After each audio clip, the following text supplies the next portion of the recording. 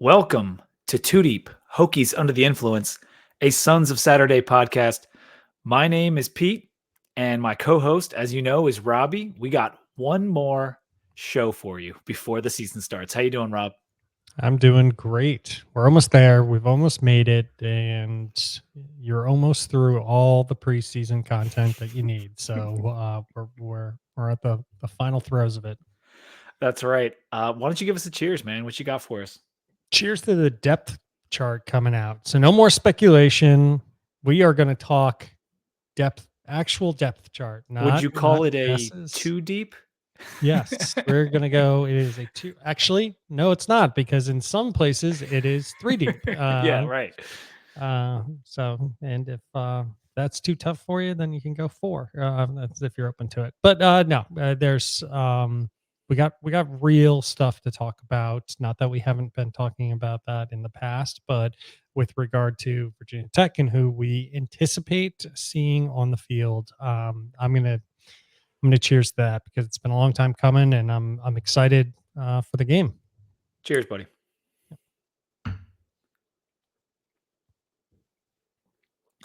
It has been a long time coming, and not to harken back to our season preview, kind of reminiscent about starting this podcast, but one of the reasons you came to me and said, "Hey, let's start a podcast," was because there was a lack of VT coverage, particularly in July and August when you're really starting to get excited. I used to refresh Gobbler Country just to hope there was an article that I could read and Yeah, learn something I didn't know yet. And now, if you've been online at all this week and you're on Hokie Twitter, you've seen just a golden age of content.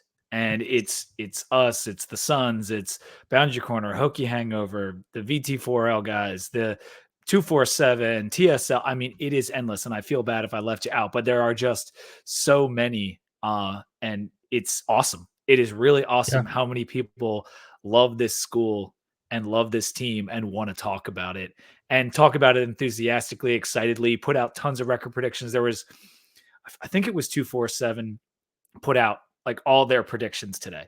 And so, wow, I think just one came in at 5-7. Everyone else okay, was 6-6 or just slightly higher. I think Matei C was the only 5-7 I saw, but it's cool, and I'm I'm kind of happy we got in on the ground floor and we're able to, secure some subscribers and some listeners early on. But now we're fighting for it, right? Like we and yeah. it's great that if you've stuck with us and are listening to us on the, I don't know, 8th episode of this month, well, thank you. And we do really, really appreciate it. And I just wanted Yeah, to say that. yeah. I mean, we're fighting for subscribers is all relative. So when we first started the podcast a long, long time ago, it was there was nothing out there. It was like we were spending a bunch of time on message boards, like chatting with people and everything. Yeah, the articles were even limited. I mean, there Mhm. was, you had a bunch of stuff on like the key play if you were a subscriber there, but there wasn't a lot of That wasn't even kind of, until 2012, though. yeah, there wasn't a lot of good opinion commentary Hmm. out there, Hmm. is how I would characterize it. It was a lot of factual kind of stuff, and then you would Kyle have, Tucker, right? yeah, and then you would have a bunch of message board, dorks like us, just like ripping each other apart, with our opinions. But there wasn't a lot of like, what are people's thoughts on this that you may agree with, or you may just disagree with completely. And that was really what I was clamoring for. So we were like, well, hell, it's not out there, so let's just do it ourselves. So we did, and now it has blossomed into a ton of content for people, which for me, I'm just excited people got stuff to listen to or read. That's awesome. Yeah, I was just counting on my hand. I think Suns is in their 5th season, which is hard to believe. I feel like those guys just got started and now we've teamed up with them and they're in season 5 and we're in season 9, and it's just kind of crazy. But let's Mhm. get to the depth chart. Enough reminiscing. The observations. I want to go to you first on this. What did you notice from the depth chart that got put out? As you'll see by my tagline under my name, you're darn tootin'. So, Bashaw Tootin got named the starter, or they didn't have an or in there. So, he is, first team starter. So, Malachi Thomas is number 2. No way to know if there's any other reason for that, but I'm very excited about that piece. I would say I thought at defensive tackle, the fact that they had Josh Fuga or Mario Kendricks was really interesting, kind of jumped out to me. We talked a lot about that position and the defensive line just in general, but that was interesting to me. That I guess it was kind of expected, but that I guess I thought it would have been Mario Kendricks. So I should say it differently, and I thought Josh Fuga would have been behind him. I think most of the other offense positions on the other side of the ball were relatively. I'm trying to see if there's anything that like stood out. I think they were pretty much known. So then there was a few that I was going to leave for you on the defensive side that may be of interest, more around maybe the linebackers. Yeah, we got it right on Keller. He is the starting Mike. And so that was a relief, and that was nice because we didn't get any curveballs there. And you look at that linebacking core, and they had the heights and weights listed on the depth chart that went out on Twitter, and they're so long, they're so athletic. The ceiling is high. There could be a learning curve. And so Mhm. I'm very excited about the potential of that group, as we discussed on our last pod. And then Burgos gets Yep. that starting nod across from APR at the Yep. defensive end position. So a young guy, what is he, a redshirt freshman? I Yes. think. Yeah, he's Uh, there's a lot of first, second, or yeah, first or second year guys on this. I think it was 17 that are in their first or second year. That would be redshirt freshmen, true sophomores, and true freshmen. There are 6 true freshmen on this two deep of 50 players. And so it's it- cool, and we're building for the future. yeah, they just have him listed straight as a straight sophomore Okay. versus so Okay. yeah, but yeah, same thing. Second year, So yeah. but awesome and very interesting. I would not have anticipated that, but I am very excited, especially since he beat out Cole Nelson for the position. Gallo is still on there, which I'm going to Yeah. take as a good sign for now. Yes. And hopefully he will be out there when we take the field on Saturday. There was no Jaden McDonald listed Yeah. at the linebacker position. And with the stuff we had heard about him, I would have thought he would have popped up somewhere because the backup Will is Caleb Woodson, I think. And so Yes. that's a true freshman. And so Mhm. that's surprising that we don't see Jaden McDonald. Maybe he's dealing with something. Maybe he fell off in camp. I don't know. We'll find out more later. And then the backups at corner I thought were notable because we've been Mhm. discussing the youth there. And so it was uh, Braylon Johnson and Yep. Penix. And then Dante Lovett, I guess, was in there Yes. as well. Yeah. Yeah, the freshman, behind, Mansour Delanes, which is well, that's pretty exciting, I guess. So there there are one what so at nickel we got a freshman, cornerback, Yeah. both I think freshmen. it's 6 true freshmen. Yeah, wow. It, That's a lot. and they're all on defense. Well, no, Aiden Green is on offense. Aiden Green, the wide receiver, he's on the two deep at one of the 3 wide receiver spots. There's actually 12 positions on offense, so that's why there's so many players on this thing. But Yep. Aiden Green did pop in there. The other freshmen were Woodson, Lovett, Johnson, Penix, and Mose Phillips, who got some love on Tech Talk Live last week when they had Bowen on, they had Wells on, and they had Pry on. It was a good show.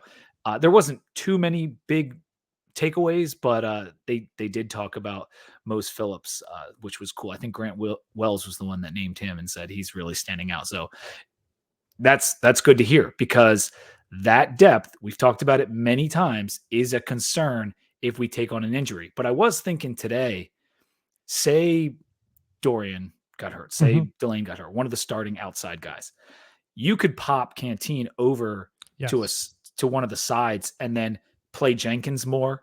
And so Mhm. you still wouldn't be dipping into your freshman quite yet. You know what I Yeah, mean? I would agree. That is it doesn't jump off the page as a kind of a backup, but you're exactly right that I think you can move over and you would be somewhat covered there. So that that provides a little bit of comfort, but it's still a lot of freshmen. Yeah. Are you done with your observations? Do you think we covered it? I think so. No, everything else, the backups for Pollard are Payne and Payne, which we anticipated, Yeah. so that So wasn't that's a too. rotation of 5 there. Yeah, and then you have McCray and McDonald at the defensive end behind APR. So, but none of it seemed all that surprising. I'm trying to see if there's anybody else. Um, Turner Bradshaw Oh at yeah, Xavier Turner Bradshaw popped in there, which is yep, cool because he's one that's of the pretty younger cool. guys. And Hmm. then I mentioned Aiden Green, and I think that's just about it. Tucker Holloway was behind Ollie Jennings. I did one more and then I'll be done. Sure. Behind Nick Gallo, they have Benji and Daquan as just a straight or. So there wasn't like a second at the tight end. It's kind of what they did at the defensive tackle as well. That's a credit to Benji, really, Yes. because he's coming off the injury and didn't Yep. play, and Wright did. So that's Yep. a real credit to him on that. Mhm. So CFB Monday, that hit your feed late last night. Take a look at it. First show is in the books. Sam was a great guest. We talked about everything, including his ranking system, AP poll, our playoff picks for week 1. It was a comprehensive show and longer than it should have been. I was trying to make that show just about half hour, 45 minutes, but we got going and Sam and I chopped it up pretty good and it was great. So tune in Monday 9/4 for the second episode of College Football Monday and subscribe to the YouTube channel. You guys all have off on Monday. And so you're not going to be doing anything. You might be nursing a little hangover. Pop on YouTube, hang out with me live. All right. I love it. And then our season preview went up on Friday. I thought it turned out really good.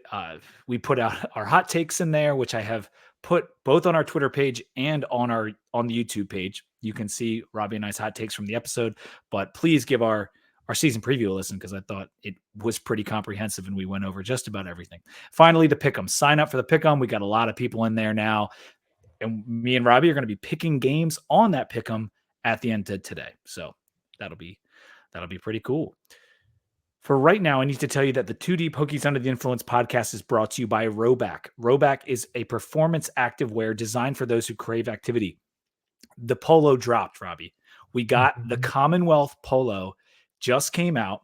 It is a white polo with maroon Virginias all over it, and it's called the Commonwealth. And right now, our listeners can get 20% off that shirt using code 2DEEPVT. They also have hoodies and t-shirts and women's stuff, shorts, quarter zips, but their polos are awesome. They have so many different ones depending on the city you're in. They've got a Philly one, they got a Boston one, and of course, they got the new Commonwealth. So hop on there, load up your cart, and use code 2DEEPVT for 20% off your order. Roback Crave Activity. Let's get into ODU, man.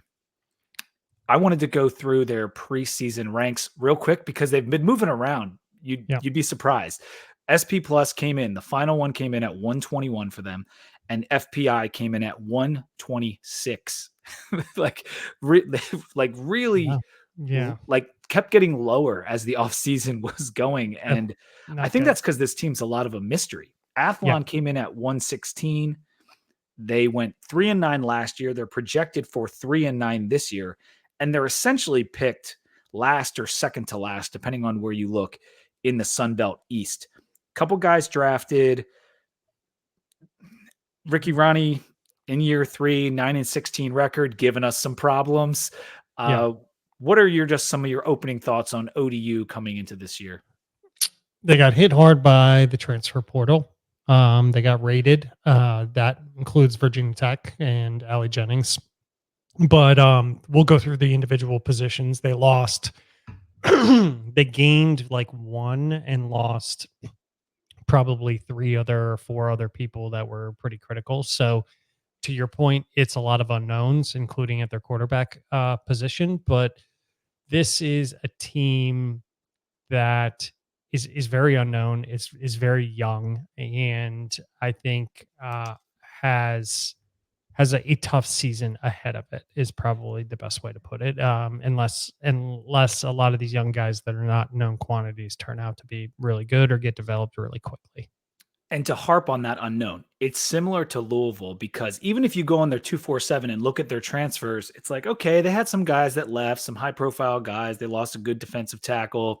They lost Mhm. Ollie Jennings and none such. But 247 can't even document all the guys that left and came in. You have to go on the ODU website, you got to go to the articles and you got to look it up. But this team has 58 new players that were not on their team last year. 58. Now that includes guys that probably aren't on scholarship, but we're talking 58 out of 116 rostered players. It's almost 70% of their roster that played somewhere else last year. 27 transfers. That's not Yeah. what you see on 247. So it is so much of more of a drastic overhaul than I ever thought. Even when we did our preview over the summer, I hadn't gone this deep into it. It is, I don't know what we're going to see. I don't think they know what they're going to see exactly. Like Yeah, these it's a rankings, I'm kind of starting to toss them out. yeah, they don't mean anything. And to that point, there's a chance we're going to talk about a couple guys today that don't even end up seeing the field. Yeah. For all we know, I think the names that I've found that I'm pointing out are pretty much locks to be starters or to see the field. Okay. But there are, I mean, there's people. There is a lot of movement on this roster, to your point, and it's hard to lock down even a two deep anywhere that you could really rely on. So we'll all be learning a little bit together on Saturday. Yeah, let's get into the offense, man, because they brought in a new offensive coordinator. If you remember from our preview last year, and I'm sure that you don't, they had just lost an offensive coordinator and promoted another guy because the one that they lost was because of some weird stuff that went on and they had to dismiss him and then they promoted a guy. Yes. Well, that guy that they promoted didn't work out. And so they went and they got Kevin Decker from Fordham. And Fordham, if you don't know, was an FCS offensive juggernaut. And that goes back a long way too, but they're essentially running the Heupel system, Yep. the Tennessee coach. They're running that system. They averaged almost 50 points per game last year.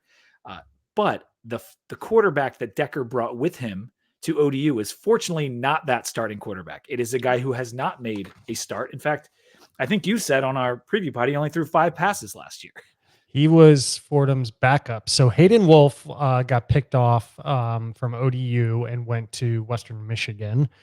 So he is one of the guys that they suffered. If you would remember Hayden Wolf from last year, Mhm. probably. They had another quarterback retire. They had another one who was a transfer in that the article I read just said he's gone. That's all they would say. So nothing good happened there. And that was a transfer in. And obviously, with the offensive coordinator change, they brought in Grant Wilson, who is the Fordham's backup quarterback, not their starting quarterback. Who threw for 4,000 something yards. The Yeah, starter was amazing. legit.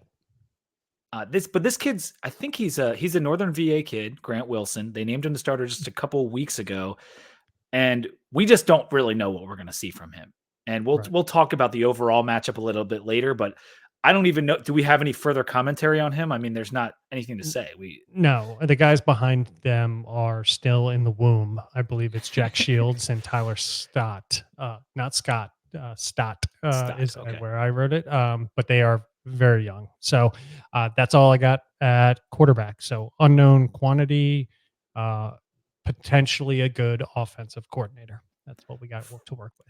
As far as their weapons go, this is where some of the transfers start to come in. 5 of their top 7 receivers are back. As far as I know, I think Mhm. 5 of their top 7 receivers are back. One of their top receivers was Ollie Jennings, and the other one was their running back, Watson, who is gone. But the other 5 guys are there. Kuntz, you'll remember the tight end, he's gone too. He was number 8 of their wide receivers. But they brought in uh, Miles Austin or something in the portal. They're Yep. really excited about the running back kid, Kadarius Callaway, who Yep. was originally at Bama and then Mhm. ended up transferring back after maybe a stint at East Mississippi Community College. But they kind of like their running back game. The Yeah. problem is, and correct me if I'm wrong, they didn't really Mhm. run the ball last year. I mean, the No. attempts were super low. Super low, and they couldn't because their offensive line was kind of trashy. And the only good offensive lineman that they have, one Chip Kelly came in and picked off that guy, so he's at UCLA. Okay. So they lost one of their best in but I think the other they said they got some decent size at the other inside offensive linemen. I think the exterior of it is going to be on the ends, going to be a little bit more shaky for them, but it really comes down to the offensive line because they had a really good running back last year. It's just I don't think they could do much with him, just given what the offensive line. And then they have the Keyshawn Wicks as well, but he had 125 yards and like one TD last year. So there's a little bit of weirdness there as well. I don't know what's going to end up happening. Yeah, they were in the middle of the pack in tackles for loss allowed, but because they lost guys, and then the guys that are going to be playing offensive linemen, I think it's going to be 3 portal guys, Yep. a couple from FCS. So we don't know. I mean, they Yeah. were 102nd in yards per rush. They are 125th in rush yards per game. They just didn't run the ball well, and they were down in a lot of games, and it wasn't part of their thing. So maybe Callaway will break some in the game on Saturday night, but we don't know Mm-hmm. what the offensive line is going to look like, and we don't Hmm. know if they're going to have any kind of passing game to open up the run game and vice versa. So we're Correct. just telling you what we know. Yeah. Overall, they believe that they are going to be better. That's some quotes I got from Ronnie and other people that were talking to the media, coaches and stuff. I can't imagine they will finish 129th on offense. That's where they're projected in the SP Plus right now, 129th on offense. That's 4 spots from the bottom, if you don't know how many teams are in college football. So Yeah. one of the absolute worst projected. But like, I don't know how you can even say that. Like, Yeah. this quarterback could be good. Callaway could come in and kick butt. They have a bunch of receivers back. They could do something on offense, Yeah, or they could suck. or they could It is a bold statement to say they're going to be. First of all, they lost Ellie Jennings, right? So let's just be clear: they That's lost going their to hurt. stud wide receiver. So, And let's Watson get was good too. yes. So let's get and they lost Blake Wilson to Memphis, who transferred out as well, who was a wide receiver for them, who was good. So the it is a guess that if they're saying that they're going to be better on offense, But they everyone's are guessing they're bad because exactly. Yeah. FPI did it too. And Yes. let's move to the defense because that is the Hmm. significantly better side of the ball for them. Right. 79th in SP plus. It was a good unit last year, 80th in yards per play. I say good relative to their O because they just weren't a very good team. They went 3-9. And guess what? Mhm. One of those wins was against us. That's Yeah. what's so annoying. Both years ODU beat us. They were Mm. not a good football team. I They know. really weren't. It It's a took an bummer. all-star performance from Blake LaRusso one year, and it took 5 turnovers and a special teams TD the other year. So if you don't completely step on your own, you know what, Yeah, you wouldn't lose either of those games. I agree. But anyway, I Um, digress into Jason Henderson because he is probably the best player on this team. He led the nation in tackles per game last year, stud linebacker. He nearly broke the record for most FBS tackles in a season. yes. And there are other guys at linebacker are relatively unproven, but they actually are. They got some decent size there, so they got some hitters in the mid. But Jason is a absolute stud, and they were lucky to keep him, given how hard they got Mhm. rated by other teams. He's a junior and decided to stick with ODU and stay there. And last year, the defense only the only games that they won was when they were able to stop the run. That was the correlation. So that most of the games that they lost, they got run all over, and the games that they were able to stop the run a little bit, they ended up winning 3 of those games. And they were Um, terrible against the run, yes, to be clear. exactly. Yes. So this was when they had a good night of all the bad nights. Let's put it that way. And then you have Alonzo Ford, who went to Penn State, and you have Chaz Wallace, who went to Colorado. 2 more people. They got in a UNC transfer, Jahil Taylor, I believe, the Yep. defensive tackle. And that guy is solid. And then they have another defensive tackle that's supposed to be pretty good, Devin Brant Epps, that should be good as well. So they have a couple people up front. I think their linebackers should be good. I think the secondary is probably where they're more susceptible overall, in my estimation. Yeah, and again, and I don't want to do this because we're supposed to be giving you some insight, but they picked up DTs in the portal, as Rob just mentioned. They also picked up a bunch of DBs in the portal, and they feel kind of good about their secondary. They patched some holes, at least they Yeah. think, and they are trying to patch the rush defense hole that they had last year with these guys. I will say safety Terry Jones is back, and he was third on the team in tackles last year, had 2 interceptions. Mhm. He's decent. They got run on a ton, as we talked about, but it wasn't just the amount because it was a lot of yards, but their average wasn't so bad. It was because I think they were down so much that teams were just running the ball. They had the Yeah. second most yards, second most attempts against in the rush game of the Hmm. whole country. So if you looked at just a per carry basis, they were 74th, which was all right. If you get some decent defensive tackles in the portal and they can start right away and play decently, it might not be the worst rush defense in the world. I still think it's an area that we should, I don't want to say exploit because we have our own offensive line problems, but it shouldn't be a super negative because they weren't good last year. They're putting in guys that clearly had to move from somewhere else, and most of these transfers, and I want to make this point, came in summer.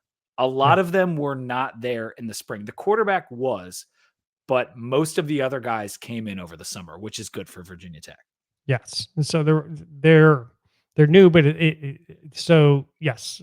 And in the secondary, Terry Jones is good. Their other they have a safety, Rael, I believe it is. That's supposed to be pretty good. He's a junior that's coming back that has some experience. Everybody else is transfers. Everybody else was gone from last year's team, as you know, that's kind of the common thread in almost every position group that we've gone through. So I think our best bet is, like you said, the run. But I think I think there's opportunities on what there's no way with all those guys coming in the summer that the defensive backs are going to be a cohesive unit.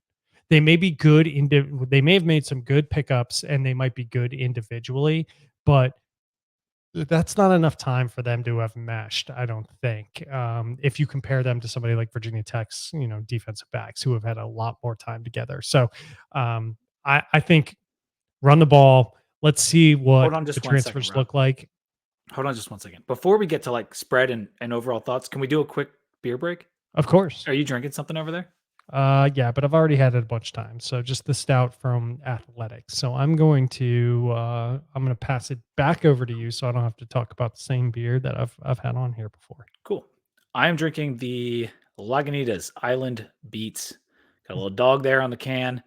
Refreshing, juicy, citrus notes, 5% alcohol. So as soon as you see the 5% alcohol in one of these tropical IPAs, you know you're not going to get a ton of flavor. They can't do it. The percent alcohol just doesn't allow for the correct amount of hops to make it super flavorful. And it is not.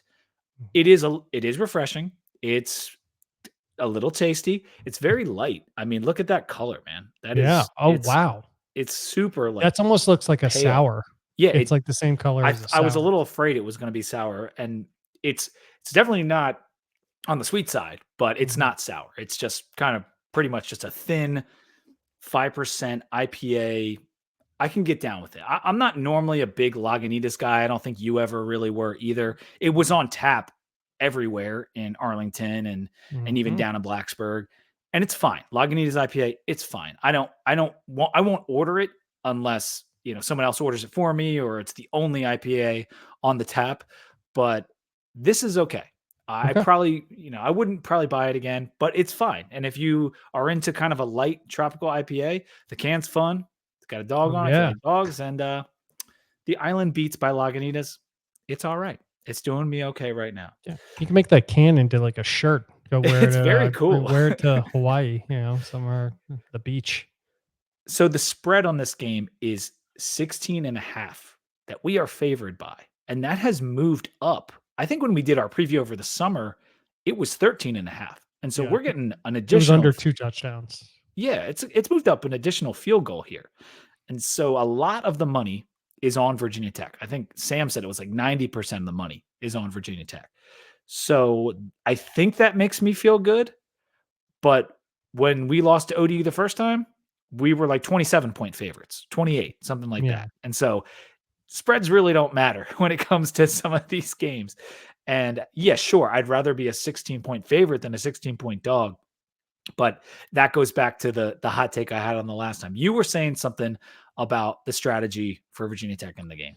Yeah, I was kind of dovetailing with what you said, and they couldn't stop the run last year. It doesn't. I think they're going to be susceptible this year, and but I want to take some. I want to take some shots on these defensive backs, and I want to see what the unit looks like, and that's what I think that they're going to do. So I know the entire offseason has been. We've discussed it a ton on the podcast. Has been focused on the run, but assuming that that can get some Tootin can get some legs underneath them.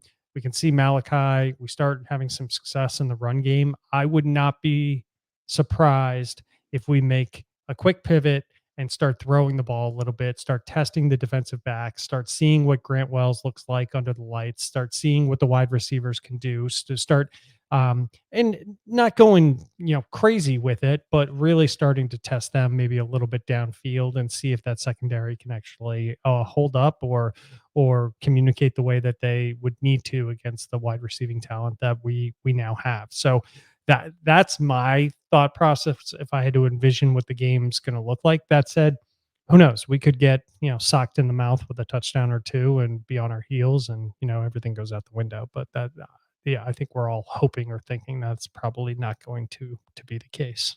Yeah, I want to flex some of our new toys, right? We've Mhm. got a new RB1 in Tootin. We've got these full room of new wide receivers. I want to see them work. I want to see the offense get a bunch of snaps and not just run the clock down. Mhm. I want to score, and I want to score again and again and again. I first and foremost, I want to win the game. Yeah. But as I was saying before, we should win this game convincingly. That's a hard ask with the way the team has been, and I am aware of that. But that's what I'm asking. I'm asking on night one against Grant Wilson, who's never started a game, is coming into Lane Stadium, who is salivating for football for the last Yeah. 8 months, 9 months. We should eat this guy alive. We should. And I know it's going to be a lot of one read and goes with them and their wide receivers, and they're probably going to break a couple. Mhm. Even though we've got a strength, like with the defensive backs, they're probably don't be surprised if you see a big couple of passing plays because I think it could get a little ECU-ish from back in the day, a little Shane Carden Yeah. nightmare coming back to you here. That's just something it's been tickling in the back of my brain, Well, but they that have doesn't, to, yeah, right? Like that's that's their their thing. that's their game plan, right? That if you're the underdog team and you're getting put under the lights in Lane Stadium and you got a new quarterback, it's like, what the hell do you have to lose? Of course you're going to take some, and you're going to try and inflict some wounds and see if you can make it kind of a hairy game. Absolutely.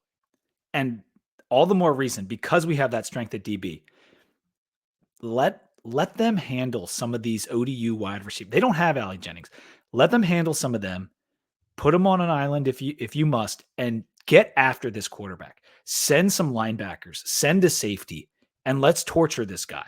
Like, let's beat him up.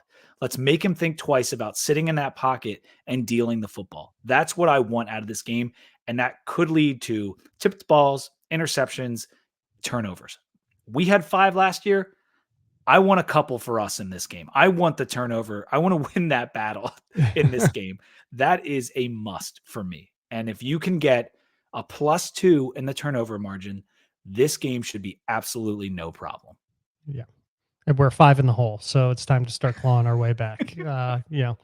So that 2 will get us. It will be a couple more years. We'll be back to getting the turnover margin back to even. But I agree. I think blitz, get him on his back, make him second guess what he's doing. Um, mix it around where you're coming from, what angles you're pursuing them from. It can't just be APR coming from the edge. See if you can get some other people in there, and I love it. I think We have the fun. athletes. We have Yeah, the because athletes to do it. I there's a part of me that I said there's a part of me that thinks yes, ODU, if you're the underdog, you have nothing to lose. So you can kind of air it out, try and make some big plays, try and break one off, break off a long touchdown pass and do some damage that way because you have nothing to lose. We're coming off a loss to ODU, right? It's like, what the hell do we have to lose at this point? We had a 3-9 season, it's like, what if we go in with that mentality of trying to like play it safe and all those sorts of things, I think we're going to end up doing more damage than Yeah, good. I no, think you just I'm go with you, in man. and and tee off on people, and if they break some, then they break some. Anybody that gets, bent out of shape because if people that get bent out of shape because it's like, oh, I can't believe we gave up 150 yards or whatever, and it should have been like under 100. It's like, okay, well, whatever. We won the game and we went and played aggressive football as opposed to just playing on our heels and just trying to contain them. I'm fine with that. It's a put your balls on the table moment. Like that's what we need to do. We need to play with some confidence, even because we are coming off that loss. Be like, you know what, that sucked, and now this is what we're going to do to you, and Yeah. come out with that anger and that rage and take it out on them because we were all pissed. I'm sure the locker room has to be pissed. So Yes. I I hope so. really want to see it. Now we're both positive on this game. I think we both Mhm. feel like the Hokies are going to be able to pull out a win, maybe even a convincing win. Yeah. But I was talking with some of the other Sons of Saturday boys about where if we were to lose this game, because you have to put it into your mind that it's a possibility, otherwise it could Yeah. be a rough night after the game. Would this the question was posed, would this be the worst loss in school history? Wow. And More than the JMU game? and that's the question. Because there are, unfortunately, there's a handful of candidates, and we're not going to go back to the 70s and the 80s or even the early 90s. We're No. talking No. JMU, we're talking ODU 1, we're Mhm. talking Liberty, and we're talking ODU 2 and Temple 98 maybe. So those are the games we're talking about. And if you want to just Yeah. go by spreads, like those other games, it's not close. Like this is a Yeah. 16 and a half. JMU was like 33 points. I said the first ODU was like 28 points. Yeah, And but it's so, also a 16.5 spread because of ODU and their winning last year, right? Because and the there's a quality of mental our team this year. yeah, there's a quality of our team, but there's a mental aspect to these things, right? The Oh, it can't just confidence. be measured by spread. And that's what I wanted to get to. Yeah, but I think the spread would be larger if we had if we hadn't had two losses to ODU in the last 5 years. So I think the spread is reflective of the fact that momentum breeds crazy stuff that happens in games. Like, I'll give you an example. Whenever there's always those games where I'm trying to think of a good one. It's like Kansas plays Kansas State or somebody, like there's always those games where it's like no matter what happens, it's always a crazy game. When Iowa plays Iowa State and Yep. Iowa's really good one year or Iowa State's really good that year, it doesn't matter, if you want to go to the, throw out the record books, solid verbal kind of thing.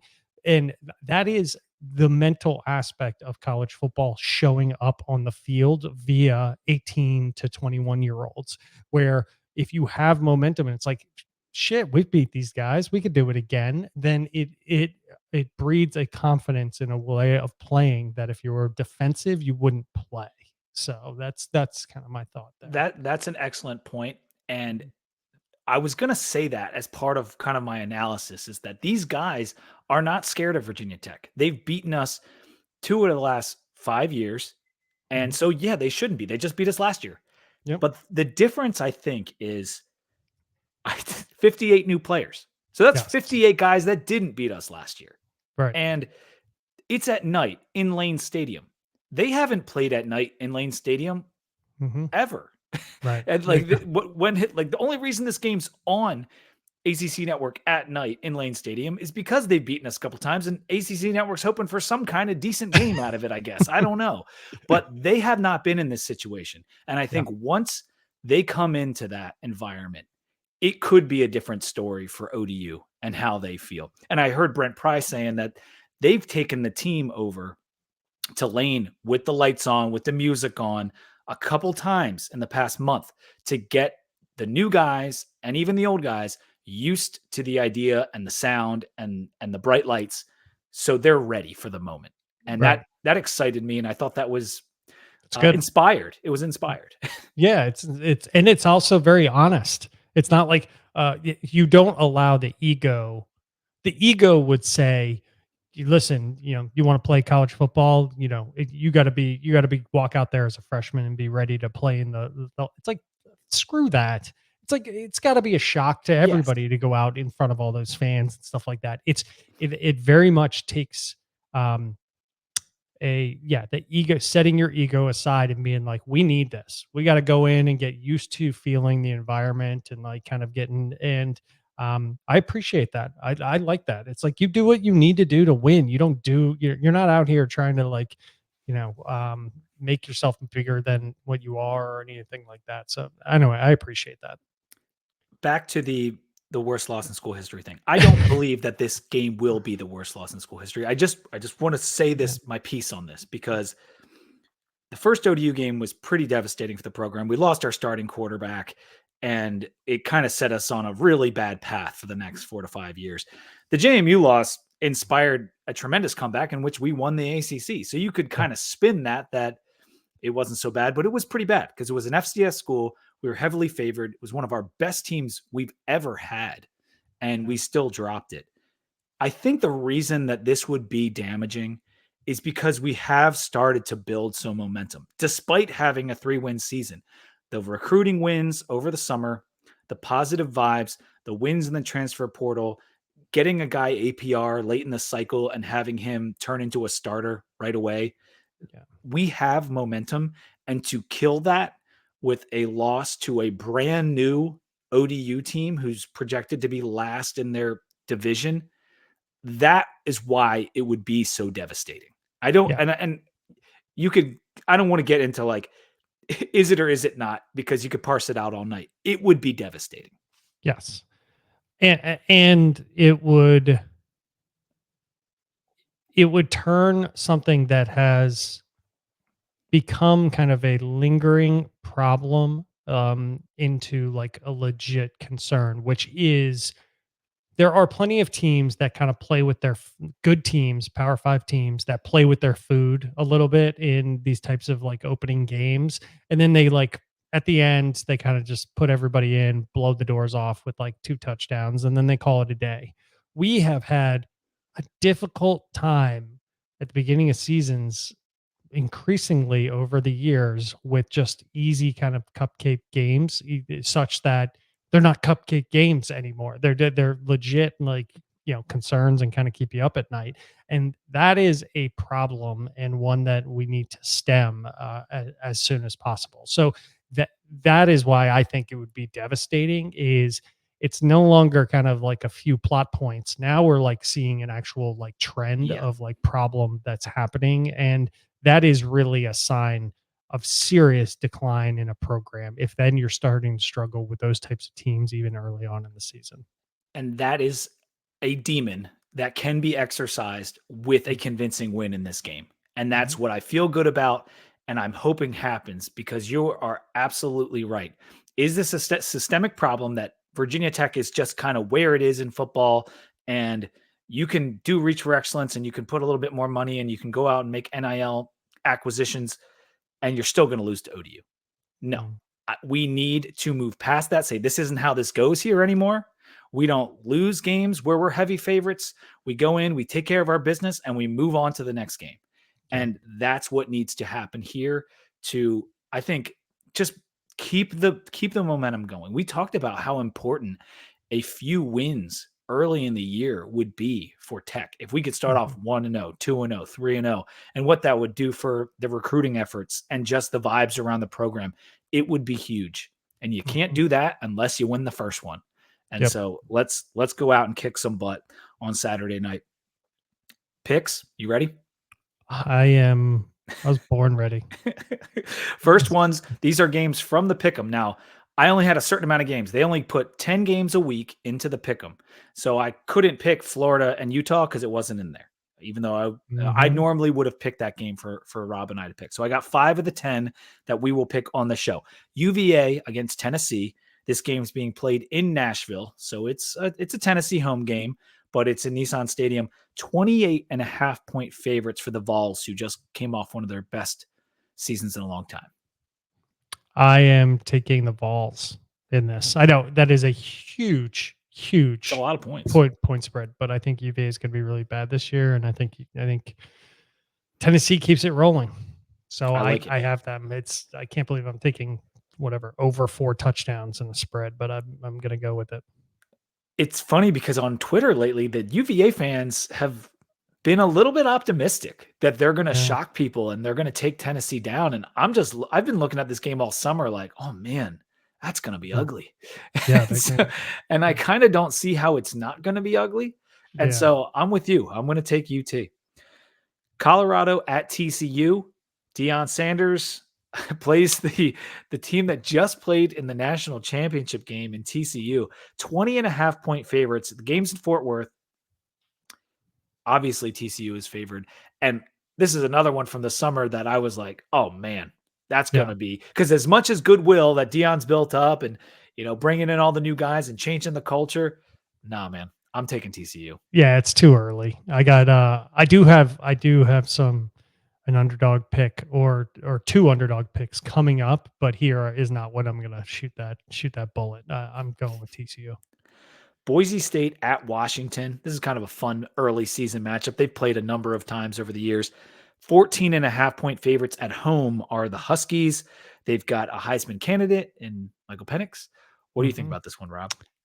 This is one of my underdogs. So I have Boise State in covering that 14 and a half point spread. I think they can make this like it's Boise State. I mean, this is what they love to do. So I think they can make this a 10-point game or something like that or a touchdown game.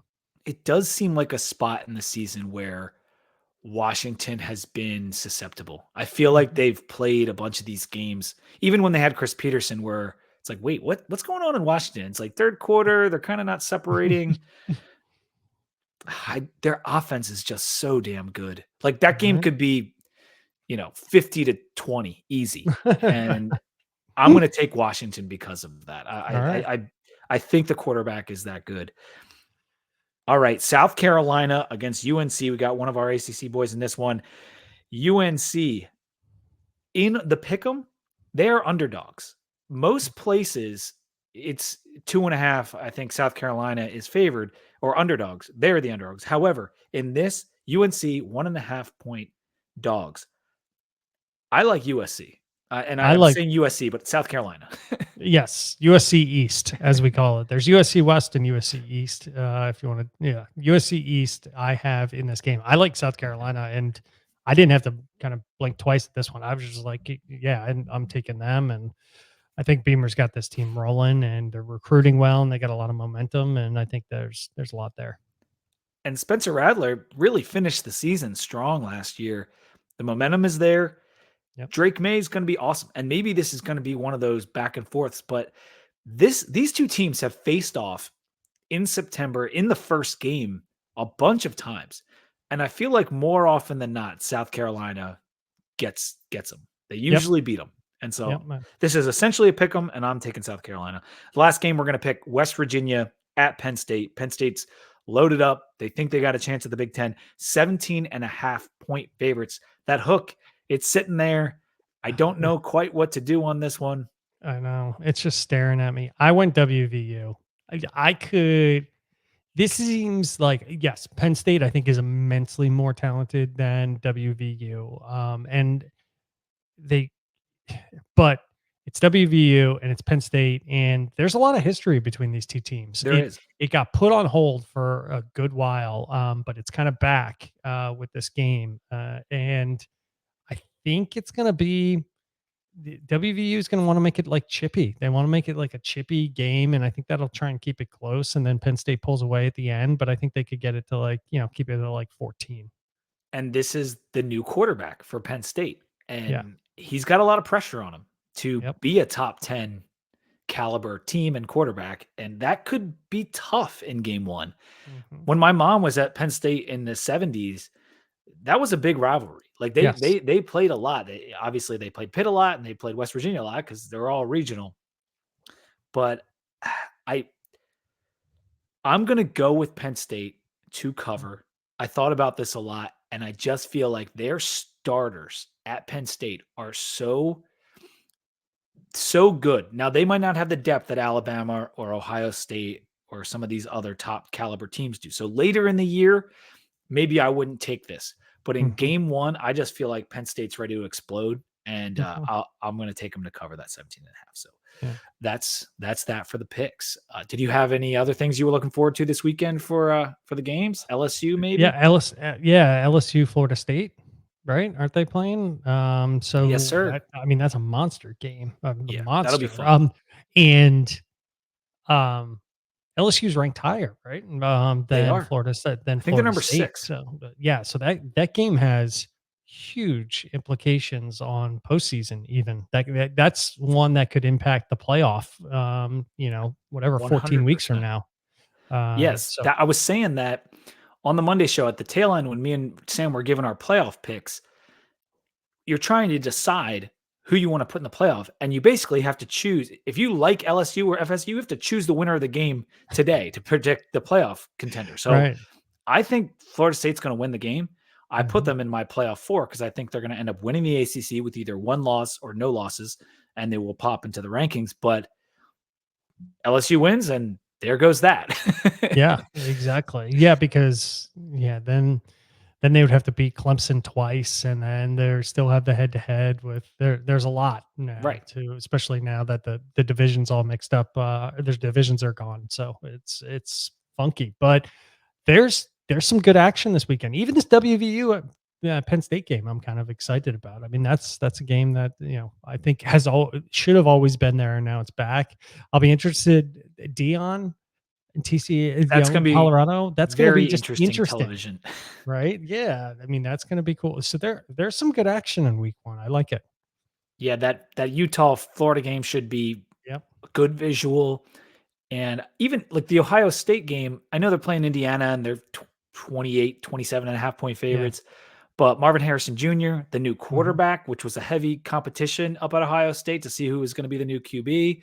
Yeah. I kind of want to see how they look because they are Yeah. predicted to be one of those final three in the Big Ten. Who's going to Yeah. take that conference? The My wife's inside baseball on that is they have a couple of good quarterbacks, no great quarterbacks that they had to choose from. But she was also like, yeah, but we also have one of the best wide receiving cores like in the country. So, Yeah, every hopefully year. we should be, yeah, this year in particular. Yeah, it's very good. Yeah. So, uh, they should be just, I said, all you need is somebody serviceable just to lob the ball up and you guys should be good. Yeah. Definitely.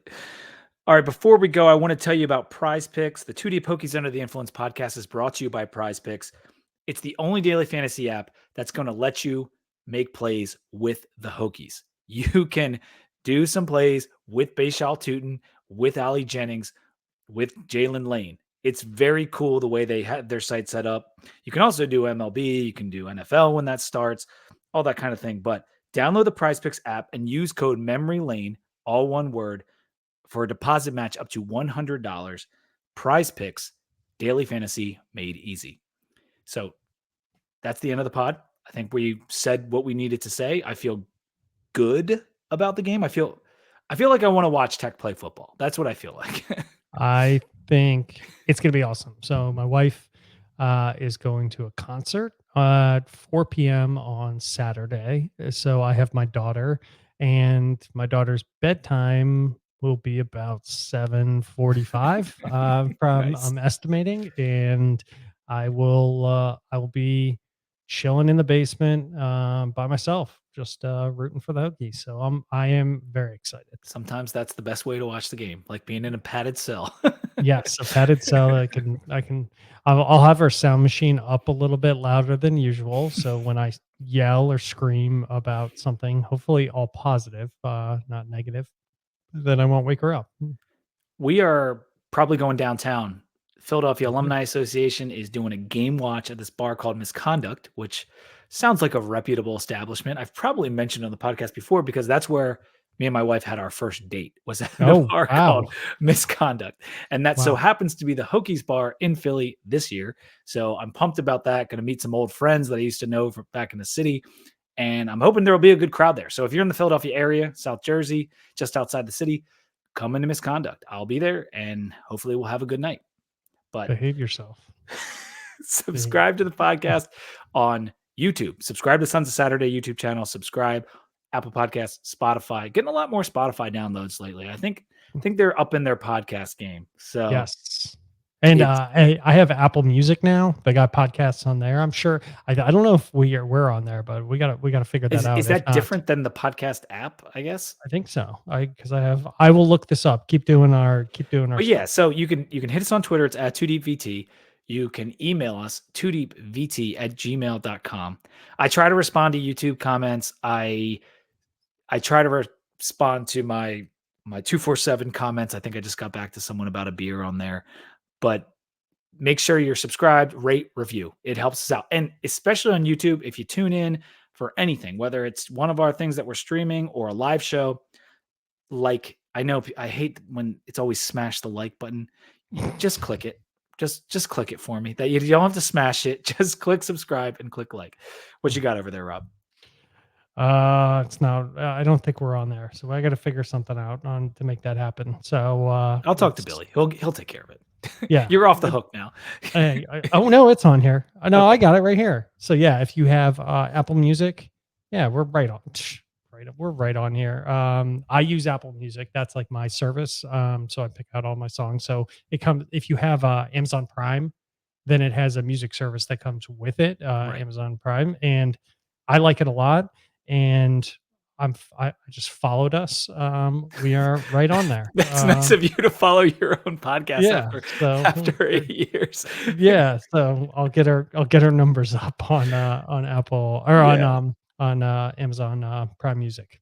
All right, guys, enjoy the game this weekend. And until next time, call the reaction line 540 Mhm. 251 2169. It's on the Twitter page. I tweeted it out. Call the reaction line. Can't believe I remember that phone number. Oh yeah, and yeah, especially what do we call them? Drunk on the swings, high on the swing swings, high on the yeah, swings. yeah, swing set stoner is what we should call them. Yes, definitely give us a Looking forward to buzz. a call from him. Yes. Yes. And until next time, go Hokies.